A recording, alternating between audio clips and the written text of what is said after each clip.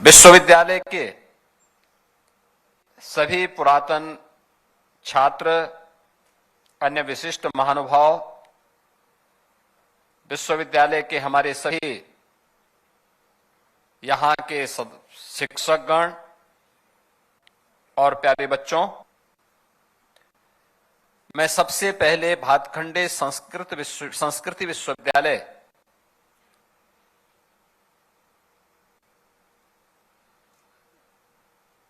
जो आज फर्श से अर्श की एक नई ऊंचाई को प्राप्त करने की ओर उत्सुक दिखाई दे रहा है, इस पूरे संस्थान को शताब्दी महोत्सव के शुभारंभ के अवसर पर उत्तर प्रदेश सरकार और उत्तर प्रदेश की जनता की ओर से हृदय से बधाई देने के लिए आया हूं। मेरी बधाई और मंगलमय शुभकामनाएं स्वीकार करें।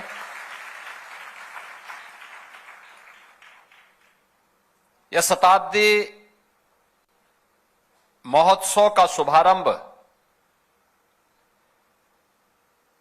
ये केवल एक शताब्दी महोत्सव की एक औपचारिकता नहीं है, बल्कि ये भारत की उस सांस्कृतिक चेतना, साधना और राष्ट्रबोध का क्षण है जिसने पीढ़ी दर पीढ़ी भारत की सांस्कृतिक चेतना को, उसके स्वर को, उसके लय को और उसके संस्कार को एक नई पहचान दी है। और जो आज भातखंडे संस्कृति विश्वविद्यालय के रूप में अपनी एक नई पहचान बना रहा है, उसके शताब्दी महोत्सव कार्यक्रम के शुभारंभ के अवसर पर सबको यहां पर एकत्र होने का अवसर प्राप्त हुआ है। मैं इस अवसर पर भातखंडे संस्कृति विश्वविद्यालय, जिसने इन 100 वर्षों में भारतीय संगीत, नृत्य, नाट्य और ललित कलाओं को केवल संरक्षित किया, अपितु उन्हें आधुनिक शैक्षणिक व्यवस्था से प्रतिष्ठित कर एक संस्कृति कर्मी भी राष्ट्र निर्माण में अपना योगदान दे सकता है, अपनी उस भूमिका का बखूबी निर्वहन करने का प्रयास किया है।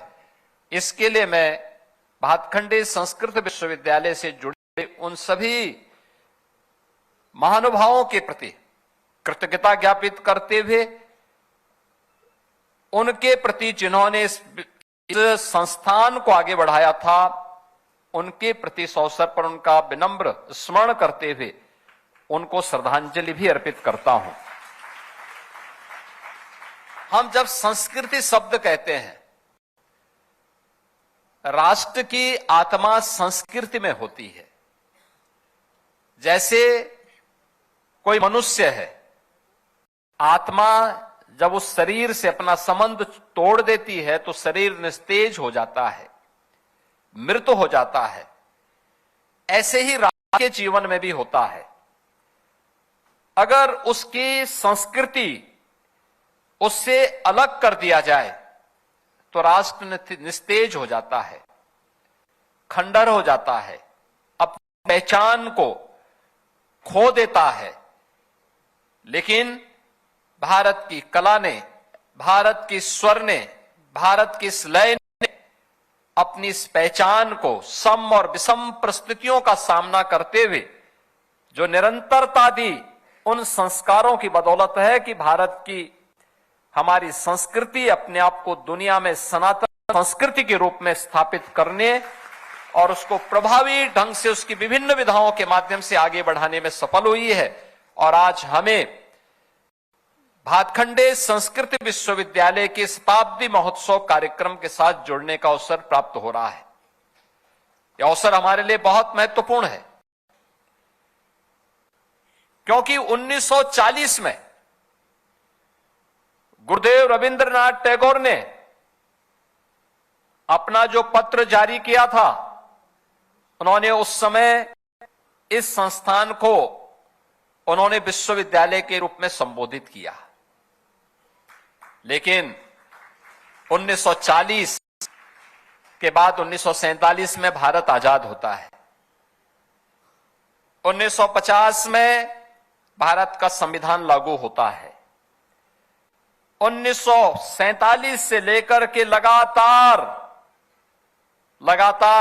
2017 तक सरकारें आती गईं, जाती गईं, लेकिन मैं धन्यवाद दूंगा तत्कालीन राज्यपाल श्री राम नाईक जी ने। एक दिन जब मैं उनसे मिलने के लिए गया था, उन्होंने कहा कि भातखंडे संस्थान यहां पर है, क्या वह विश्वविद्यालय बन सकता है?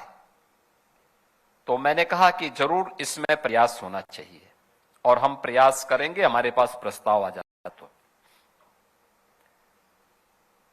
मैं हमेशा इस बात को मानता हूं कि कलाकार ये ईश्वरीय गुण है, हमें उसकी अवमानना नहीं करनी चाहिए, और चाहे उसमें किसी भी विधा से हो उसको सम्मान देना चाहिए, उसको प्रोत्साहित करने का प्रयास करना चाहिए।